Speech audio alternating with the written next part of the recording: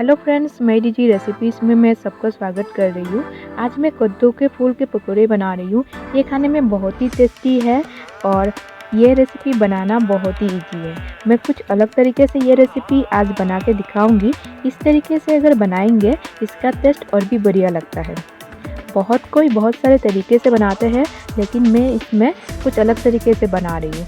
पहले इसके लिए अंडा ले लेंगे एक, उसके बाद कॉर्नफ्लावर लेंगे और चावल का आटा ले लेंगे। उसके बाद अच्छे से मिक्स कर लेंगे सारे चीज़ों को। अभी हल्दी पाउडर ऐड कर देंगे। हल्दी powder half tea spoon add कर दिए। उसके बाद जीरा पाउडर ऐड कर देंगे हाफ टी स्पून। उसके बाद नमक ऐड कर देंगे। नमक ऐड करने के बाद अच्छे से फिर से मिक्स कर लेंगे। इस तरीके से अगर कद्दू के फूल के पकौड़े बनाया जाए ना, बहुत ही क्रंची लगता है और देखने में भी बहुत सुंदर लगता है और खाने में तो बोलिएगा मत, इतना स्वादिष्ट बनता है। तो मैं उम्मीद करती हूँ ये रेसिपी आप लोग घर में एक बार ज़रूर बनाइएगा। अभी इसमें मिर्चा ऐड कर देते हैं। मिर्चा ऑप्शनल है, जो मिर्चा नहीं खाते हैं वो ऐड नहीं करने से भी होगा। मुझे लेकिन मिर्चा पसंद है, इसलिए मैं इसमें मिर्चा ऐड करूँगी। मिर्चा ऐड करने के बाद फिर से मिक्स कर लेंगे। मिक्स करने के बाद अभी कद्दू के फूल को इस मिक्सचर में हम थोड़ा सा डुबा लेंगे इस तरीके से। अभी गैस ऑन कर लेते हैं। उसके बाद तेल दे देंगे कढ़ाई में।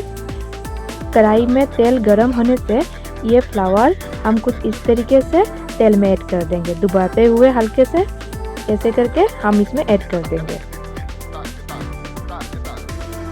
पकौड़ी छानने के टाइम पे गैस का फ्लेम हमें मीडियम टू लो ही रखना है, नहीं तो पकौड़ी जल जाएगा। बहुत ही सिंपल सा रेसिपी है, लेकिन बहुत ही प्यारा है ये।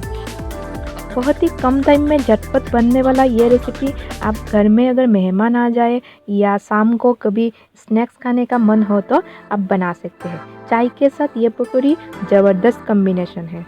आप लोग बना के एक बार ज़रूर ट्राई कीजिएगा। ऐसे करके मैं सारे पकौड़ी छान के रेडी कर रही हूँ। आज का ये पकौड़ी का रेसिपी पसंद आए तो वीडियो को लाइक ज़रूर कीजिएगा और चैनल पे नया है तो सब्सक्राइब भी कर दीजिएगा और बेल आइकन का ज़रूर दबाइएगा। रेसिपी को पहली बार ही परफेक्ट बनाने के लिए वीडियो को कंटिन्यू देखते रहिए, बिल्कुल भी स्किप मत कीजिएगा।